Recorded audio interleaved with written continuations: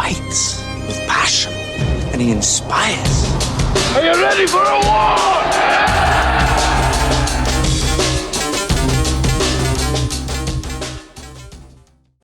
All right, welcome back to From Arbitration. And it seems like I've been gone a long time, doesn't it? It's been a while since I've done an episode, but it's good to be back. Got a lot of stuff to cover today. Got a special guest that is going to talk to y'all today, and I can't wait to have this individual on for you. First, we're going to cover some other things, then I'll end with that, all right? Next week, JB's going to be back. I guess he put himself on probation from Arbitration. He's going to come back next week, and I guess that he's decided it's time to get back on here and educate. So he's going to be on next week, and he's going to do the hour office time and some other things. He's talked to me about it. It's going to be fantastic. National's not doing anything about this hour office time. You go to regional training, they're out of touch as far as their training is concerned. They're doing shit that don't mean shit about shit. To me, when you do regional training, you need to do things for new shop stewards, for Formal A's, get those things ready as far as case files, how to do those meetings. But you also need to do things that are relevant to today and our office time, these variances, standards, stationary events. All these things should be taught at regional training, and I think we drop the ball greatly when we don't do that. I think that's a disservice to the city letter carrier when we don't do those things and get our people prepared and ready. But we'll do that on From Arbitration, okay?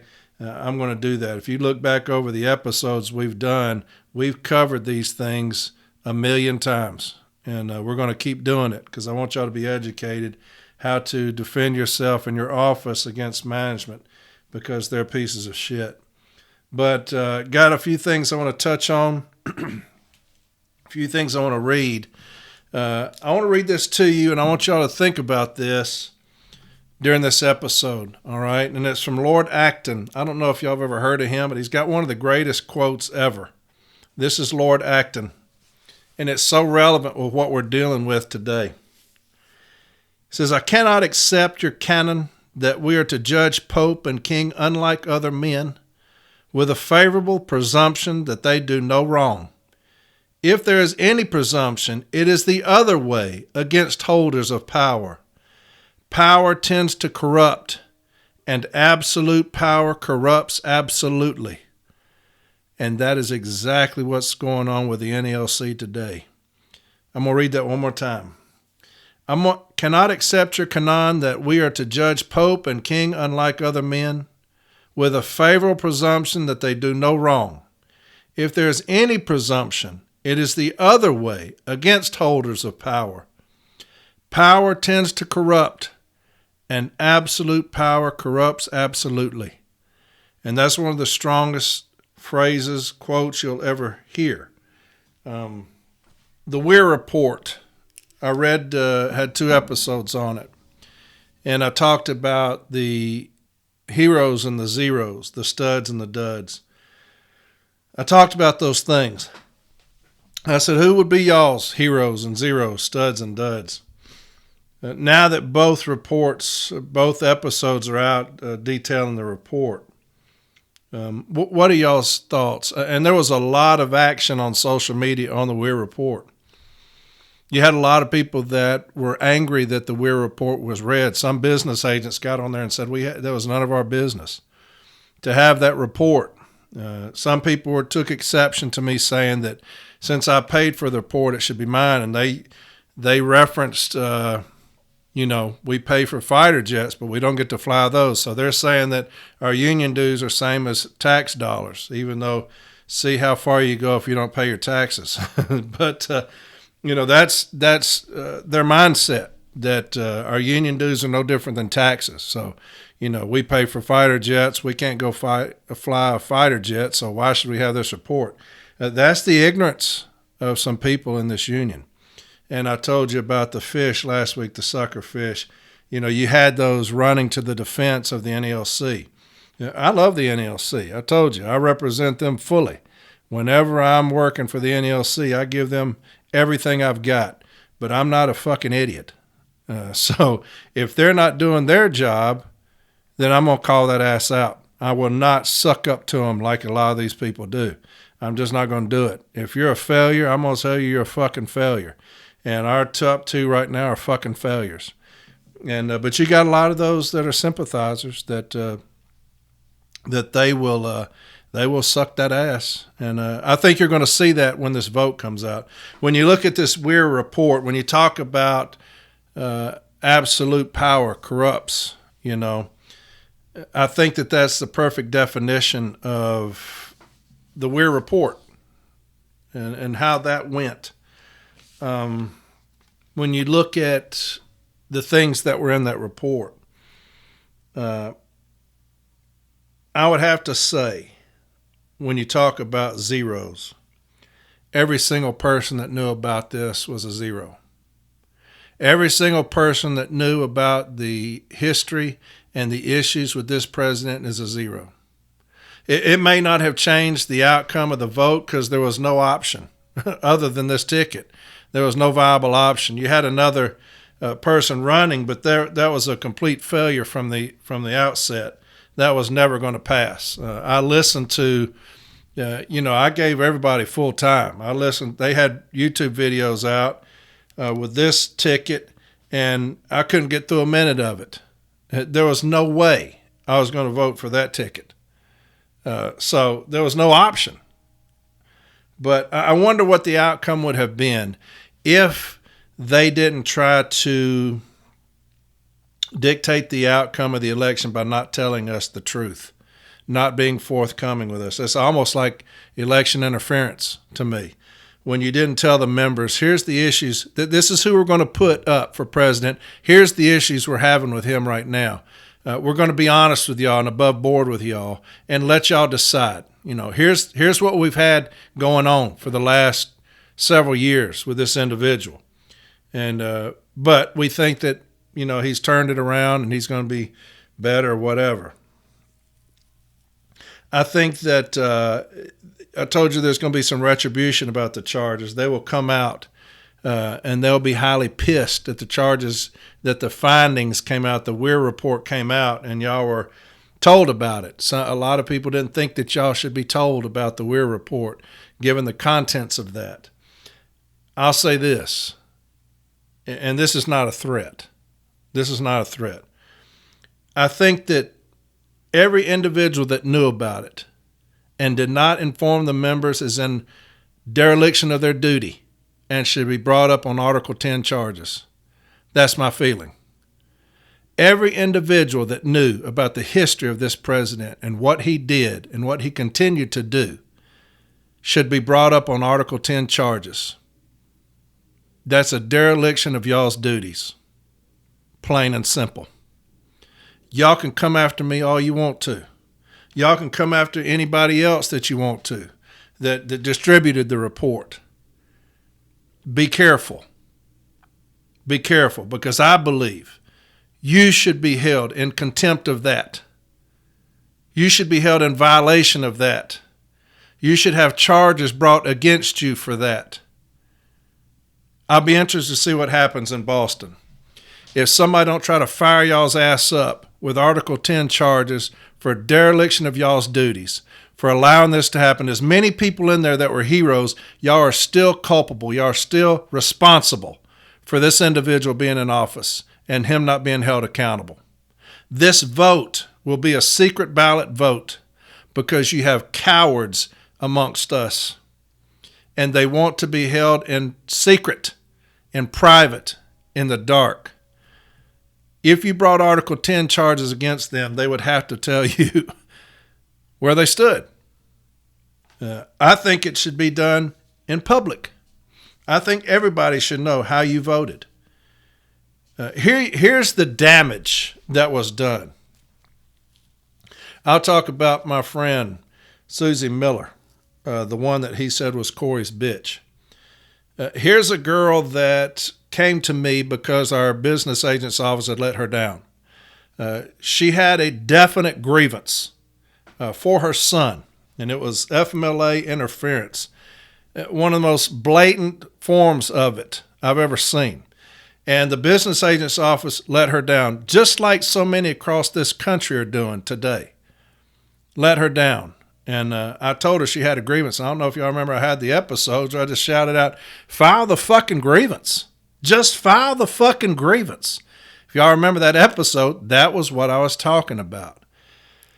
And so she came to me and I helped her as much as I could, just like a lot of people do.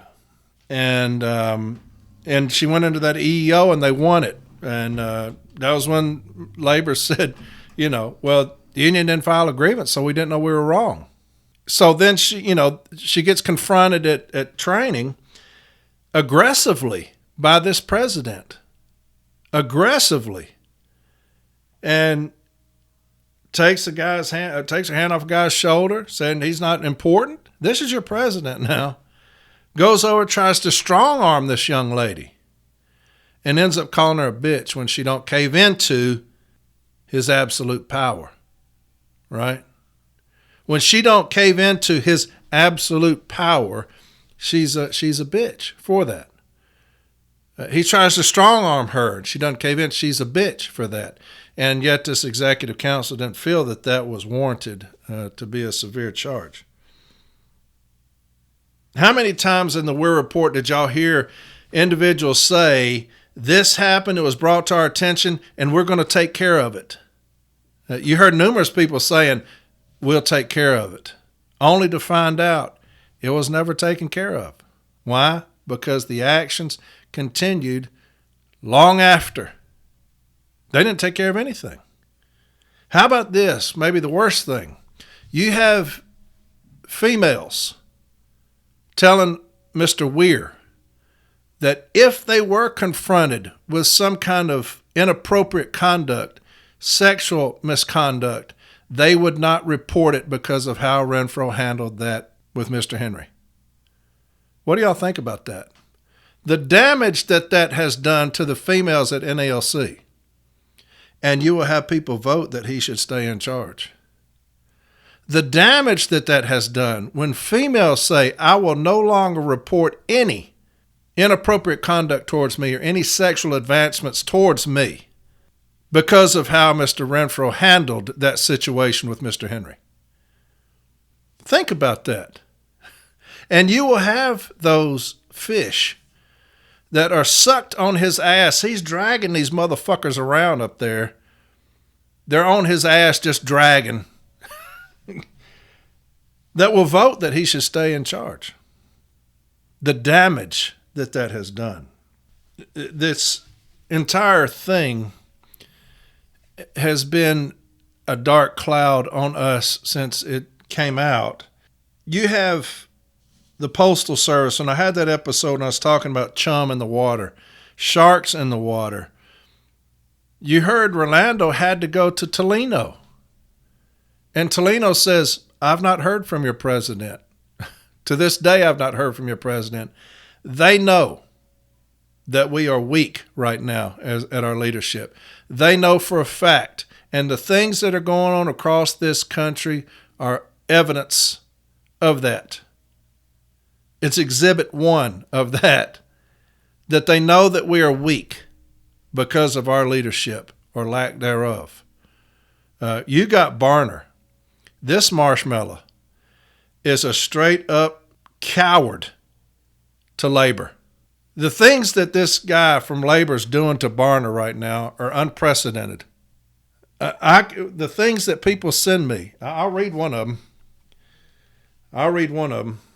He says, yep, on the way out of the room on a break, I walked past Lloyd and asked him why he thinks the union is weaponizing it, talking about the cease and desist. Now, this Lloyd is the one who's straight bitch slapping Barner right now. He's made Barner his straight up bitch.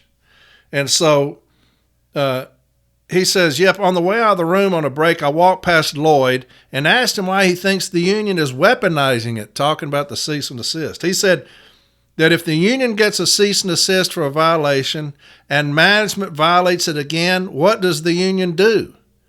I said, file a non-compliance grievance. He said, right. And what is the remedy that they asked for? I said, a compensatory remedy. He said, exactly. That's weaponizing it. I said, no. Management had the option to comply or not, and they chose not to. That's their fault, not ours. He said, well, I disagree, and then walked away. This is what he's saying in front of Barner, the Marshmallow Man. Maybe we should start calling him Stay Puft instead of Pony Boy. What do y'all think about Stay Puft? I think that's what I'll do. I'm going to start calling him Stay Puft instead of Pony Boy. Stay Puft Marshmallow, because that's what he is. He's soft as a marshmallow right now. And here's another one. You talk about power corrupts, right? When you hear that saying, when it says power tends to corrupt and absolute power corrupts absolutely, you look at the position that our DRT is in right now. They've been neutered by Barner, who's straight up cowardly. They've been neutered, and this is on purpose. Do y'all know whose responsibility the DRT was? Whose purview that fell under? James Henry. And here's your leader, Mr. Renfro.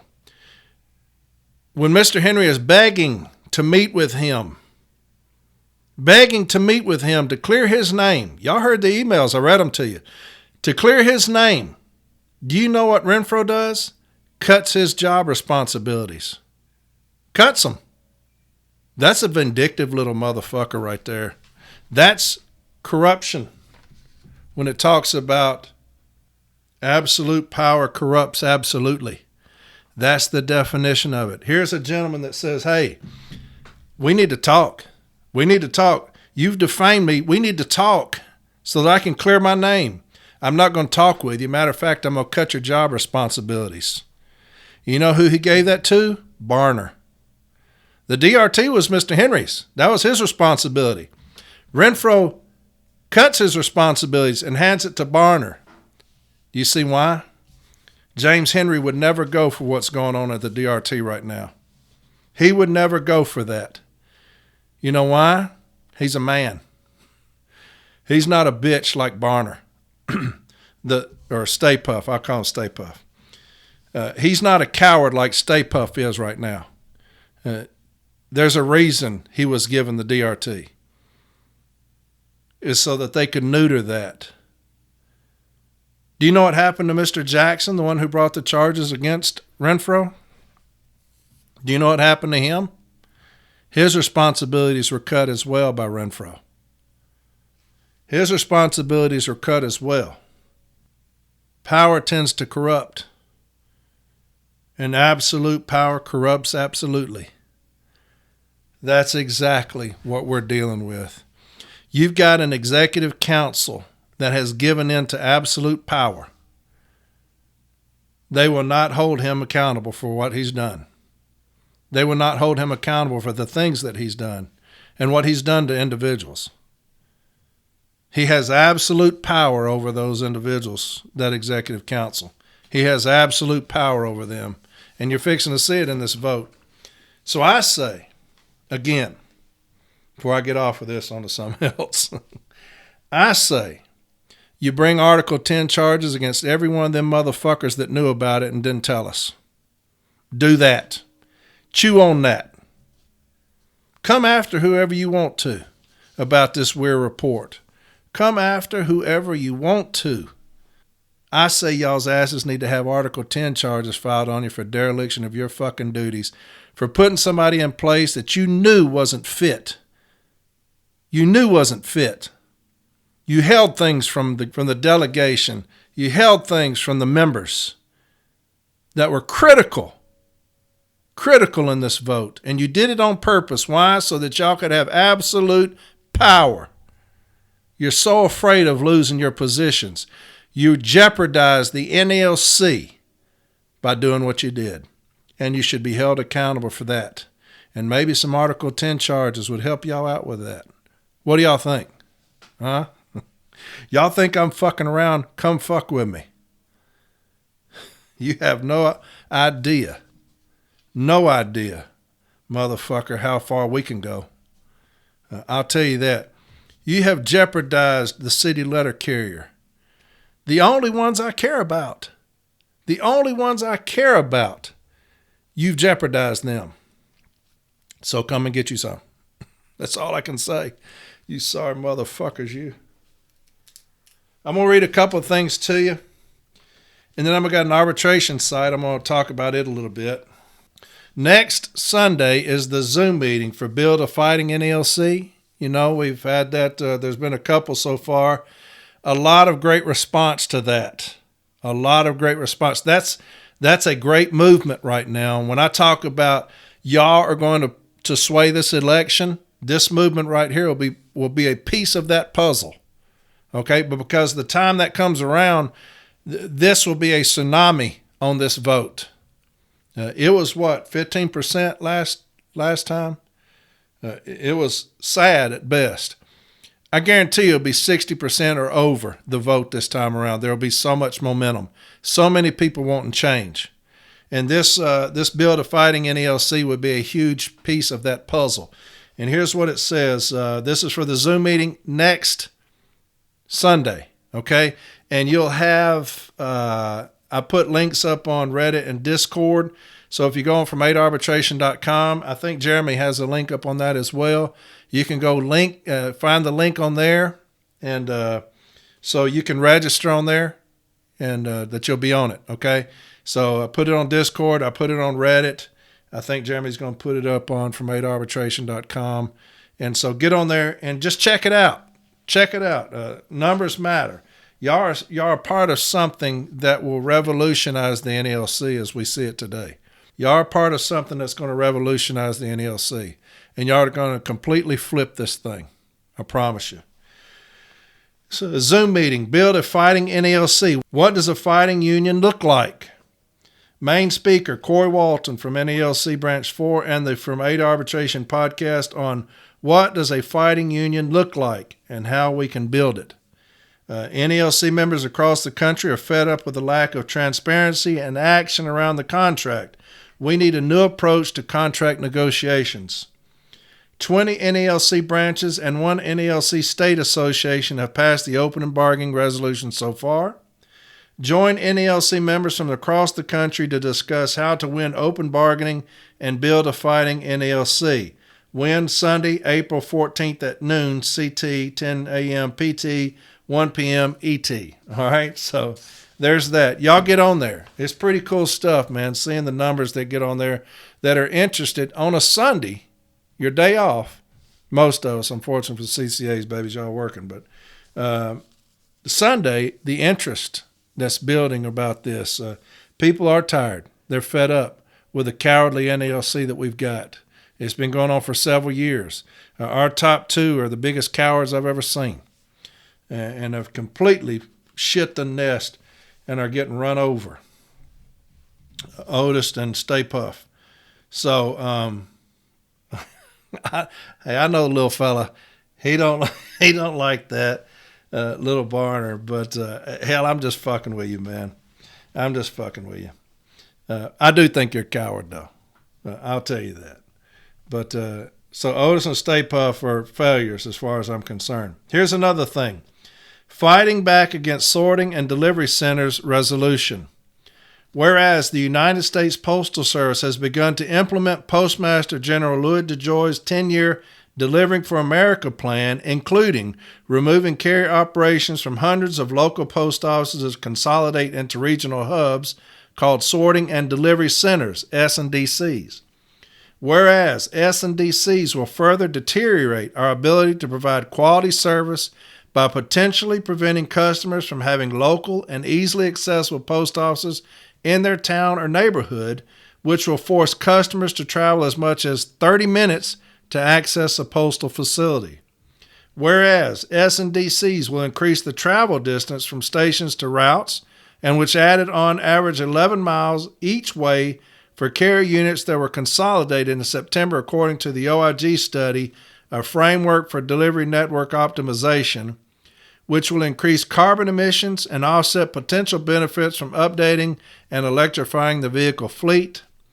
Whereas S&DCs will negatively impact the city carrier craft by increasing the commuting distance for the carriers to travel to work, thereby transferring transportation costs and additional unpaid time in commute onto postal employees themselves. Therefore, be it resolved that NELC Branch 3 calls on the National NELC to 1. Publicly oppose the further implementation of sorting and delivery centers across the country. 2. Build a national campaign with APW, NRLCA, MPMHU, customers, community groups, and elected officials to organize informational pickets, mobilize members and customers to public hearings about proposed S&DCs to build opposition to the plan, and publicly demand that any proposed changes to USPS operations not come at the expense of our working conditions or our ability to provide prompt, reliable service or customers' access to postal facilities. David Groskoff, Jr., President, NELC Branch 3, Buffalo, West New York, and Kim Fitzgerald, Secretary, Treasurer, NELC Branch 3. So that's something that's gaining a lot of momentum. Another thing that's gaining a lot of momentum is David Groskoff. That dude's a fire breather. If you know him, we are lucky to have that guy. I pay attention to his name. I would remember that name, David Groskoff, Jr., the president of NELC Branch 3. Pay attention to that guy. He's an up-and-comer. That dude is a fire breather, and he's one that we need, to me, one that we need in bigger positions. You never know what will happen, but I would remember that name, okay? I'm going to read from a decision I just got back, and I thought it was a great read because everything that we talk about on From A to Arbitration, looking at the file, taking the 14 days to research, to investigate, this decision was spot on. And I don't know if y'all remember, I told you I had 2 removals a few weeks ago.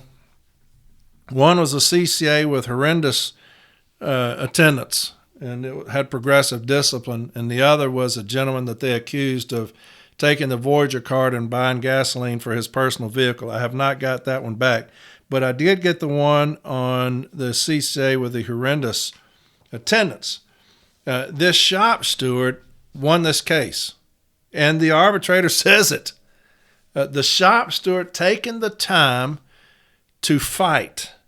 Whenever somebody says to me, man, this case right here is too big, where do I start? You always start at the sub-questions of just cause.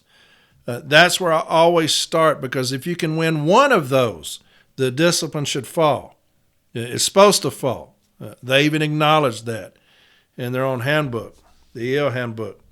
That's where I would start. That's your blueprint. The 6 sub-questions of just cause. If we can find a violation of just one, we have a great chance of winning. This shop steward, Jason Crosby, he's out of Nashville, was an outside steward, and he was also the Formal A. He did a fantastic job for me in arbitration. Very good witness. But what happens is he gets all these clock rings. I can't remember how many it was, several hundred. And he goes through each one. And management had removed this CCA, and a majority of his instances were tardies. Okay? They were tardies. Well, Crosby goes through these clock rings, and he finds like 388 tardies besides the CCAs. And it was too much for management to overcome. That's doing your work. When I say you got 14 days to investigate that grievance, do every humanly thing possible to find something, this guy did it. And the arbitrator recognizes it. A lot of times we used to have a guy here in Nashville, you'd get disciplined one day, the 8190 the next. We've wasted 14 days. You've wasted it. We will never get it back. You put so much pressure on your formal Step A when you do that. So much pressure on your formal Step A. Now they've got to put in a request for information, or you may have turned it in the same day you did the 8190 And then they've got to wait for that. They've got 7 days. They've got to wait for that. Now you cut them down to about 3 or 4 days. They have to investigate. Make sure you're taking the 14 days that you've got allotted to investigate that grievance fully. All right? I'm going to read you this decision. It's very brief, but it's going to show you the importance of doing your work, because I want you to listen to how he talks to CCA. This guy was fired if it wasn't for this shop steward, Jason Crosby. Here's what he says. While other arguments raised by the union certainly have merit, it is my determination that the grievance should be sustained based upon the compelling evidence produced which shows that the postal attendance rules cited by the service are not consistently and equitably enforced at the Madison Post Office. The unions formulate contentions which are supported by documentary evidence in the form of clock rings reads as follows. For pay period 15-1, besides the grievance, 8 carriers were late 29 times. For pay period 15-2, besides the grievance, 11 carriers were late 29 times. For pay period 16-1, besides the grievance, 10 carriers were late 23 times. For pay period 16-2, besides the grievance, 12 carriers were late 35 times. For pay period 17-1, besides the grievance, 10 carriers were late 31 times. For pay period 17-2, besides the grievance, 9 carriers were late 31 times. For pay period 18-1, besides the grievance, 11 carriers were late 35 times. For pay period 18-2, besides the grievance, 11 carriers were late 34 times.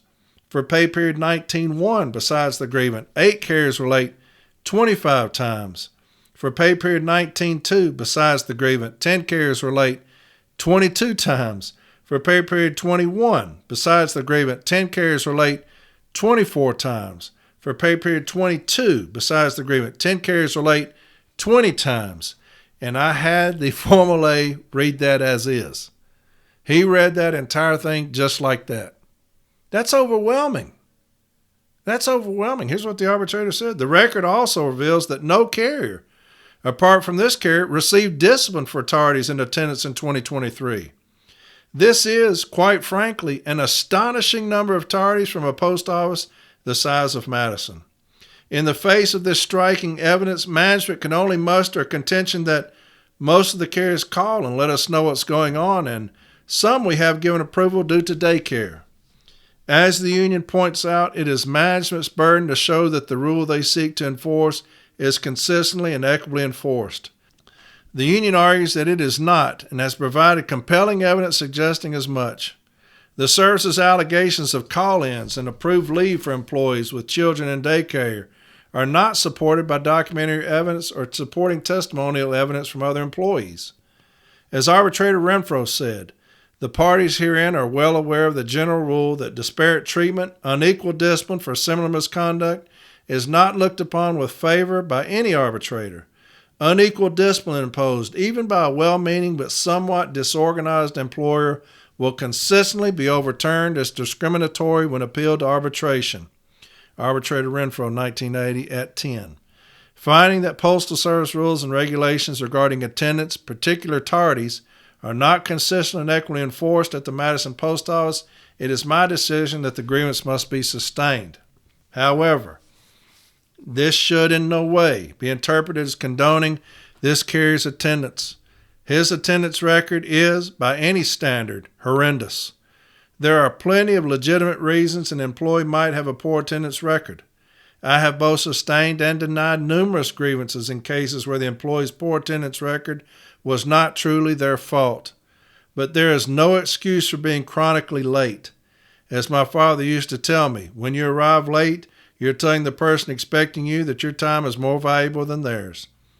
During the time frame outlined in the notice of removal, this carrier was an average of roughly 30 minutes late every day. This clearly isn't an issue of occasionally hitting traffic or some other unexpected event slowing your arrival to work. If you're 30 minutes late every day for a month, that's a sign that you care so little for your job that you can't be bothered to glance at a clock. Further, the grievance justification for his habitual tardiness at the investigative interview, just be running late, walks the line between indifference and impudence Now, do y'all remember when I had my episode on the investigative interview, one of my first episodes, maybe one of the first 5? And I said, what drives me crazy is when you go into an investigative interview and they say sick, sick, sick, sick. That investigative interview is not for management. They've already determined you're going to get disciplined. That's a formality.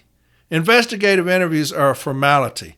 It's reached the point of your discipline. They've got to do that to get you to the discipline. It's something that they're required to do. You're going to get discipline. Talk to the arbitrator. That's what you're doing in an investigative interview. You're helping the shop steward in the investigative interview. Give us something. When you go in and say sick, sick, sick, sick, here the answer when this guy says, why are you late all these times? It was an accusatory question, but why are you constantly late? And his answer was, this is what his answer was. Just be running late. That was his answer. Just be running late. Hey, you've got to help us out in investigative interviews. I would go over each one of those and say, in this one, I came out and this happened. In this one, you give us something more than just be running late. Anyway, and the arbitrator took exception to it, which, you know, when Crosby and I were talking about it, that's what he was saying. How am I going to get past that? I said, hell, you're not. The answer's the answer. And I put dude on the stand. Normally I wouldn't have, but I put him on the stand because I wanted him to talk about it. Just be running late. What the hell is that? But anyway, this is what he says. Walks the line between indifference and impudence. Were it not for the work of his steward, Mr. Crosby, in poring over hundreds of pages of employee clock rings to expose the laissez-faire approach to tardiness taken by managers of this office, this removal would be upheld. I'm going to read that again. Shop stewards, do your work. This is the perfect example of using the 14 days to find something. I always say that. Give me something. Something I can hang my hat on. Give me something, anything, and I'm going to run with it. Give me something. I'm going to read this again. Were it not for the work of his steward, Mr. Crosby, in poring over hundreds of pages of employee clock rings to expose the laissez-faire approach to tardiness taken by management at this office, this removal would be upheld. That's how close this gentleman was to being out of a job. That's how close. And some people say, well, hell, his attendance so bad, he don't even want the job. Fuck that. I hate management. I hate those motherfuckers. I want to win all the time. I hate them. Can't stand labor. And I know they listen. I hate y'all. I think y'all are the worst of the worst.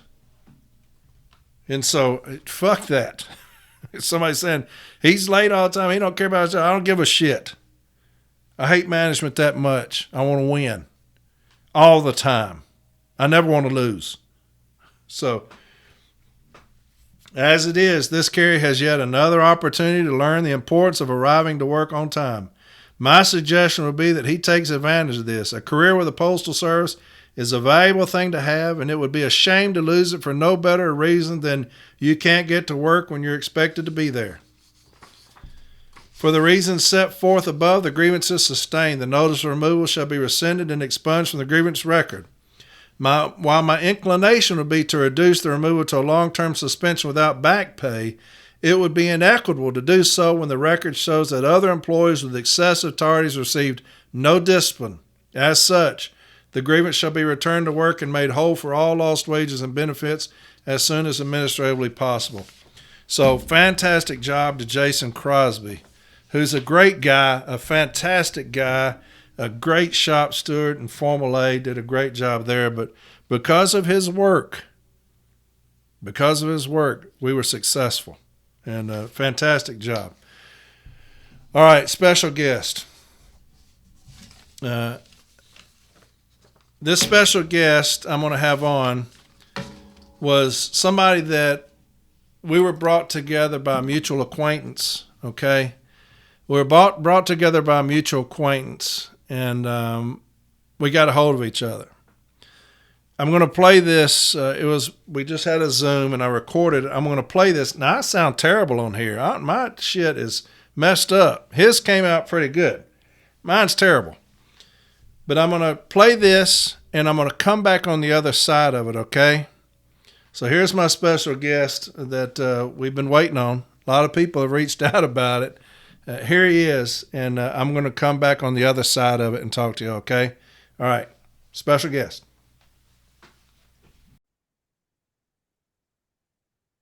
All right. I told everybody we was going to have a very special guest. I got him on today. It's arbitrator Troy Swallow. And y'all have heard me talk about what's going on with him. It's pissed me the fuck off. And a lot of people on social media are upset about it as well. Now, we have gotten together by mutual acquaintance, okay? It was not labor, although labor was the one who initially told me about what happened to arbitrator Swallow. I had no idea.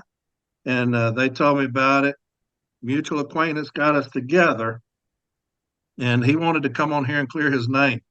I'm not going to speak for him, but I've got him on here. So, arbitrator Swallow, I'm going to let you say your piece, and then I may ask you just a few questions as this goes along, but it's all yours, okay? Thank you, Corey. And as have said in multiple arbitrations, you can dispense with the arbitrator title and just call me Troy.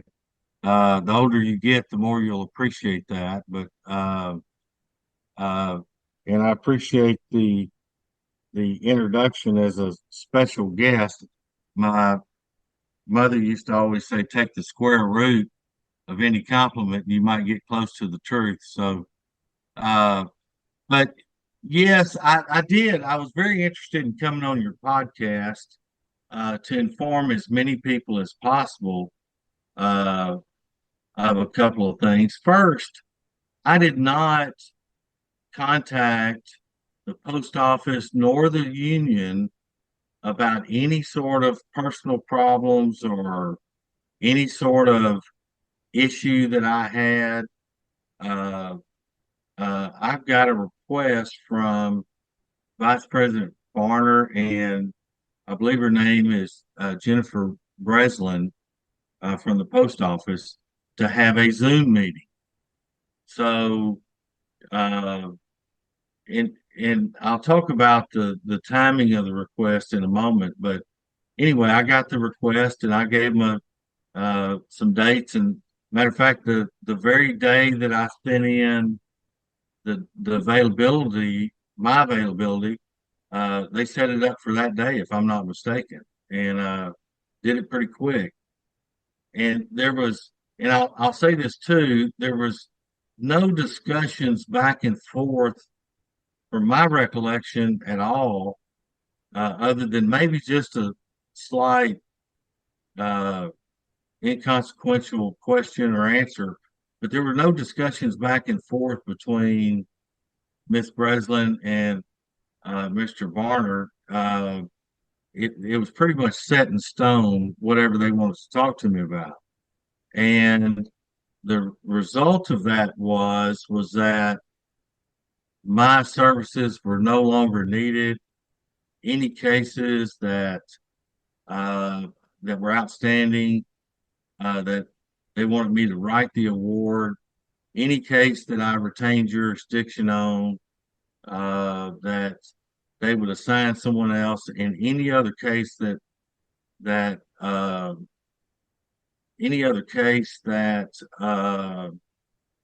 was already scheduled, that they would assign another arbitrator. So I inquired at some point. I inquired. I said, "Hey, I think I'm entitled to know something different." And there was not anything that I can recall, not one mention of anything personal. And the only thing that was mentioned was about my awards. I think I recall that Mr. Barner said we don't need to be told who to hire, I guess referring to the committee that I had attempted to set up in Memphis. That an expedited award of 42 pages in Dallas was unnecessary. It didn't need to be that long. Of course, if you read the award, you'll see why it shouldn't have, in my opinion, it shouldn't have been an expedited case, should have been a regular panel case, and I explained why. And I went through that process.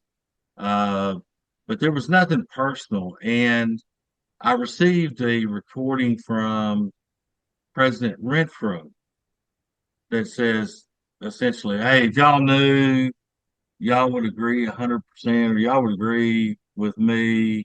It's personal. Well, nobody bothered to pick up the phone and call me and say anything personal. Nobody asked me my opinion. There was nothing said. And so it just, it the way I viewed what President Renfro said could be defamatory to me. I didn't quit.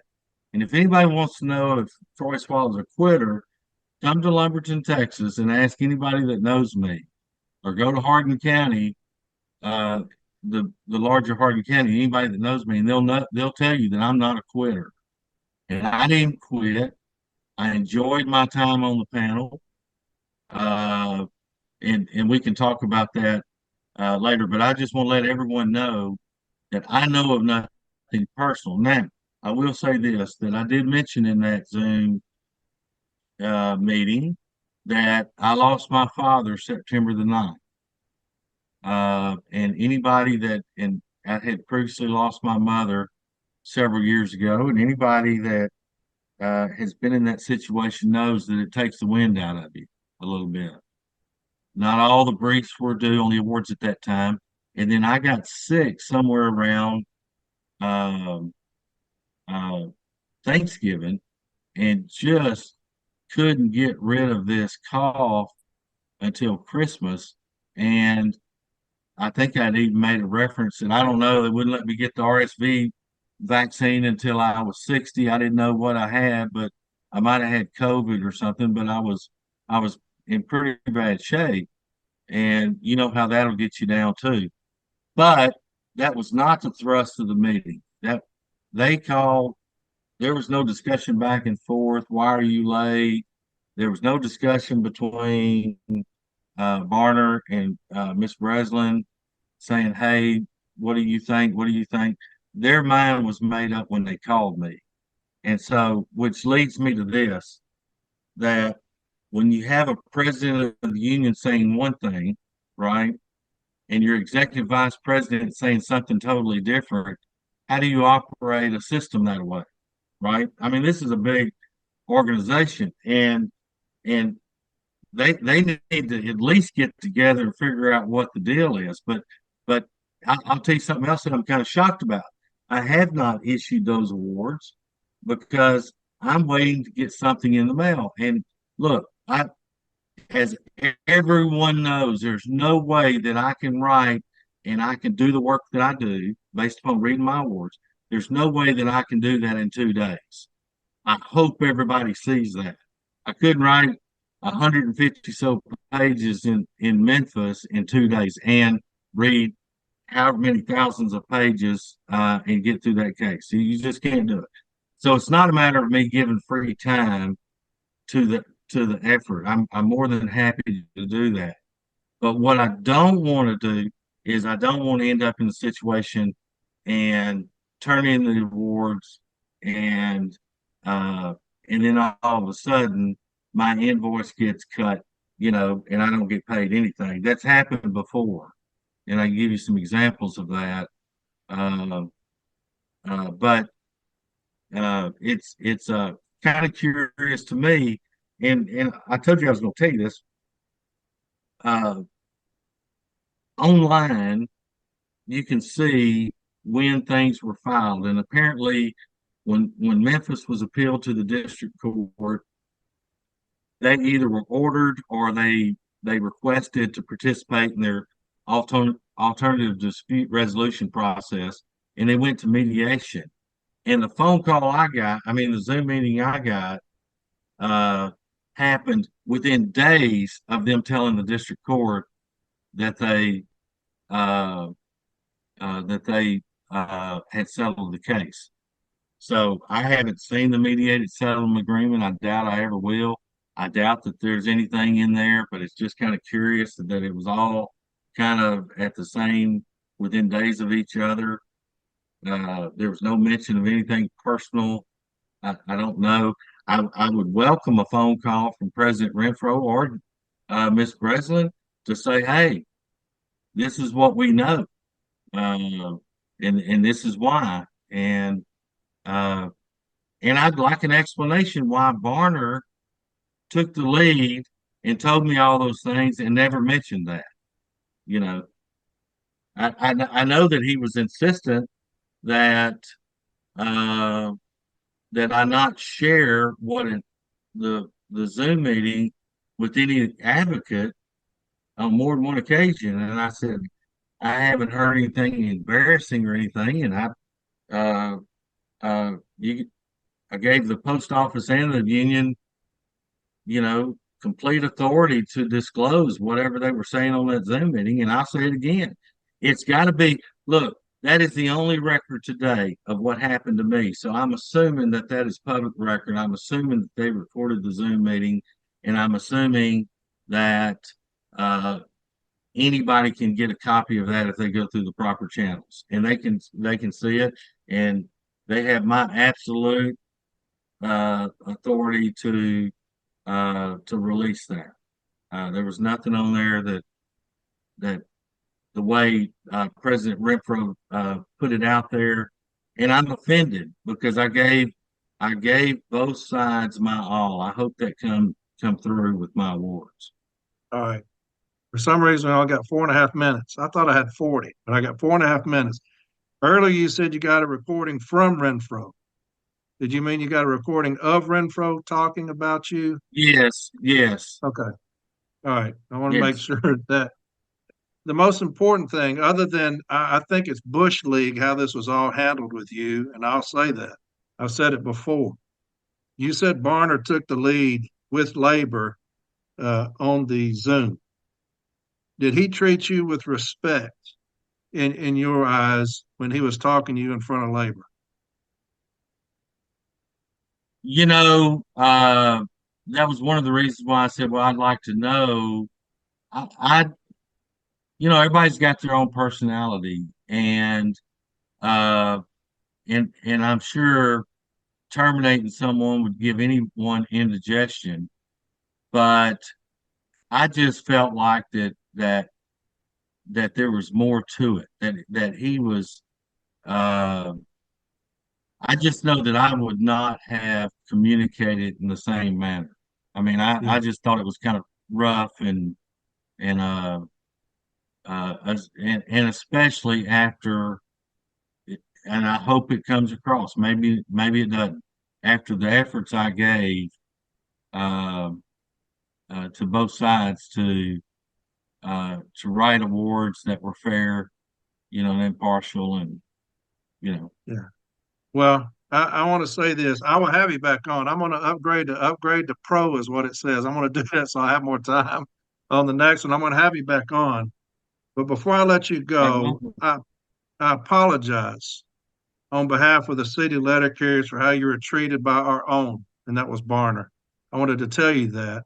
It pisses me off like you couldn't believe that they would do somebody like that. So I apologize to you on behalf of the city letter carriers that you're treated like that. One more thing. On behalf of the city letter carriers in Memphis, you're the only one that would have done what you did as far as the award that you gave. Um, and I can't thank you enough for saying, hey, look, we're going to put everything aside and protect the city letter carriers first and foremost. So again, I've not been able to talk to you about that, but I wanted to say thank you as far as that's concerned. You got a minute and a half. Talk to me. well, first, I appreciate very much your comments. You don't have to apologize. Individual people they do their own thing, and I know. Look, I have nothing but fond memories of employees that work in the postal service, both the city letter carriers and those that are of management. I was treated with courtesy and kindness. Uh, you know, the advocates have tough jobs. You know, my life has been enriched by that. And if people want to do certain things just because they're in a position, you don't have to apologize for that. And I don't have any ill feelings. I would love to come back and serve uh, uh, both sides. And uh, in the meantime, I'm going to sit back and figure out what I'm going to do to fill the void. You know, I may, Well, I'm gonna have you back on. We're gonna talk about a book. How's that sound? yeah, yeah, All right. yeah. It's if anybody enjoyed my quips, you'll enjoy the novel. So All right, brother. I'm gonna have talk you about back on. I don't want you to cut off on you right here. I'll get you back on, okay, Arbitrator Swallow. sounds good. And All right. listen, if I got just enough time, I want to thank all the advocates and everyone that I have met. Uh, it was a great experience. Uh, you know, keep up what you're doing, and and really, and I really mean. All right. So there you had it. Cut off right there at the end. For some reason, thought I had like 40 minutes, but I didn't. I mean, he's talking, and my little thing pops up saying you got 5 minutes left, 10 minutes left, whatever. So it cut off right at the end. I'll have him on again, but that's Arbitrator Troy Swallow. And he was the one that did the Memphis case, and he was highly upset that there was some kind of inference that he was that something was wrong with him, that he's done something that he shouldn't have. Is what, if you heard this recording by Renfro, it kind of made it sound like this guy had done something, and he did not like that at all. And I thought it was quite cowardly of our leadership to do that. I still say that a bitch move by Barner, straight Bush League, to get on a Zoom call with labor and degrade this man. That is cowardly 101. I don't care whether you like me or not. I know that somebody, when we got the Memphis decision, I had the episode about the Memphis decision a long, long time ago when it first came out. And I was giving all the credit to Jay. And somebody had told me that Barner had said, well, it really wasn't that good of a decision. The only reason that was said is because my name was on it. That's the only reason that was said, is because if there was somebody else's name on it, they'd have said what it was. It's one of the biggest decisions we've gotten because you went after and got a district manager. Nobody's ever had that happen.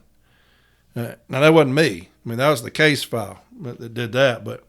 And the arbitrator Swallow, had the cojones to do that. And to get on a Zoom meeting with labor, who you've turned straight bitch to labor. I don't know what in the fuck's happened to you, man.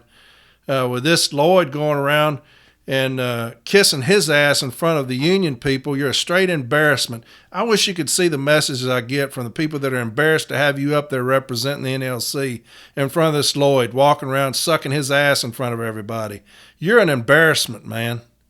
You're a fucking embarrassment to the NLC. And then to call this man, who's done so much, who's had the guts to rule like he has, and to call him in front of labor and dismiss this man like that, straight bitch. It chapped my ass when I heard it. Hell, I had to hear it from labor. They called me and asked me if I'd heard about it. But I feel for the guy, man. You could tell he was hurting, and I appreciate him coming on. And he wanted to tell y'all, that it was not him. He's not a quitter, and it was not his idea. And that because here's the thing that people don't understand about arbitration. When you talk about ex parte communication, if we had the Memphis case and before he renders a decision, I call him and I say, hey, I don't know how you felt like the hearing went, but there's some things you need to know. That's ex parte communication. If you call him, say, bitch ass Barner or somebody else calls him and says, hey, look, your decisions are way too long. We're getting grief about them. Cut those decisions down about a third. And also, if you're scheduled an expedited case, rule on it as an expedited case. Don't send it back to us. That's not ex parte communication. That's trying to correct something. You don't do that. You don't do that. And I'll tell you this. If y'all are trying to imply that something has come out about this man, now I don't know that, but this is what I'm thinking. If you're trying to imply that something's come out about this man, you're the pot calling the kettle black, bitch. Because we have just gotten the Weir Report where I've got a president who is convicted of DUI. Could have been catastrophic to the city letter carriers. Y'all hid that. And this motherfucker was still elected. Do not come out and say, we found out something about this man after y'all have done that shit. I'm not going to hear that.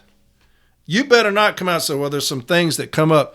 Bitch, this Weir Report came out, and y'all are protecting that son of a bitch up there at the top. So don't come at me with that either. When you got a guy sitting up there with this Weir Report as damning as anything I've ever seen, and y'all covered that shit up. So you should have come to that man's defense and said, hey, this man's going to serve out his time. Now, if y'all want to kick him off the panel on this new contract, that's fine, but I ain't calling nobody for nothing. He's going to serve out his term. That's what should have happened, but you're a cowardly motherfucker. That's why it didn't. And you hurt this man. That's an embarrassment. As a union person, that's a fucking embarrassment. We don't do that as a union. We protect people like that, man. Piece of shit. Call this man in front of labor. How fucking embarrassing is that? You cowardly piece of shit. Man, we need a change, folks. This shit here is exactly why we need a fucking change. I get messages all the time. There's one that was put on Facebook where this individual's having a hell of a time in their station. A hell of a time in their station. The shop stewards don't do shit. The president don't do shit. Reach out to NBA. They don't do shit. We need a change. And some feet and asses. When I'm business agent, I'm going to make sure every carrier in my region gets the representation like I get. Because Jason Leith, JB, is my Formal A. That's the type of representation I want every individual in my region to get, and I will not stop until it happens. Now, there's a lot of great union representatives, a lot of great stewards and Formal A's and everything, but I'm just saying, as an example, I will not stop until every carrier has the same representation that I've got.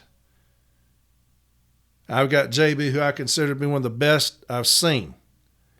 I will not stop until every single carrier in this region has that same type of representation. And look at what we've got at the top with Otis and Stay Puff. Two of the biggest cowards I've ever fucking seen in my life. And you've got enablers that are holding these motherfuckers up. It's unfucking believable. They can't get run out of town fast enough. Power tends to corrupt. And absolute power corrupts absolutely. And that's exactly what's happened with the NLC. All right, that's going to be it. I know I said I was going to do the publication 552. Fuck, that's going to be an hour and a half. And so I'm going to leave it right there. JB's going to come next week during the hour office time. I will come back the next week and do publication 552. All these things are going to tie in together. All these reports that I told you about when we're talking about, we're committed, that there will be no tolerance of. Remember when I had that episode? All those things I was talking about, we're committed, there will be no tolerance of. All these things are going to start tying in together, okay? And I'm going to show you what I'm talking about. So sorry I didn't get to that. There's a lot of other stuff I need to get into, but man, it's taking quite a bit here.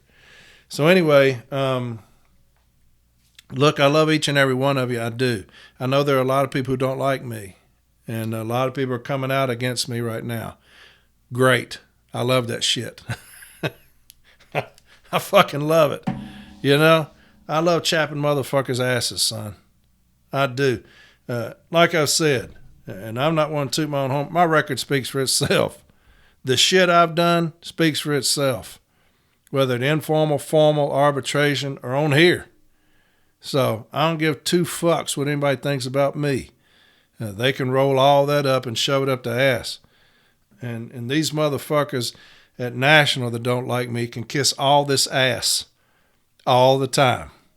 Just constantly kiss this ass like y'all do Renfro's. Do it like that. I have the cleanest ass in the country. You motherfuckers, you. But I love each and every one of you, man, and we will not stop. We will not stop until we get this ship righted. Okay? We need to get sailing in the right direction. We're not right now. Change is coming. I'm telling y'all that. I'm telling you that. From me to you, I've never lied to you. Change is coming. I promise you. Promise you that. I love you very much. And I will go to the ends of the earth to fight for y'all. Somebody put this up the other day, and I'll end with this, okay? Joining a union is essentially saying you're ready to throw down for any worker, even a stranger, and you know without having to ask they've made that same promise to you. Metal as hell. Everyone should do it. And that's our motto. Joining a union is essentially saying you're ready to throw down for any worker, even a stranger, and you know without having to ask that they've made the same promise to you. That's how we should be. How many times have I said we're going to get ready to boogie? At the drop of a hat, we're coming, and we're coming with bad intention. That's the NLC that I remember, and we've gotten away from that. We don't do anything with bad intention anymore. You know, I mean, we've got, our leaders are walking around and fucking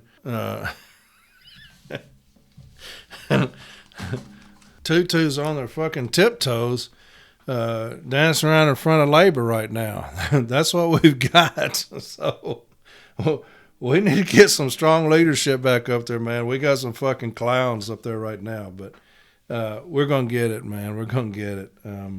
Y'all hang in there, all right?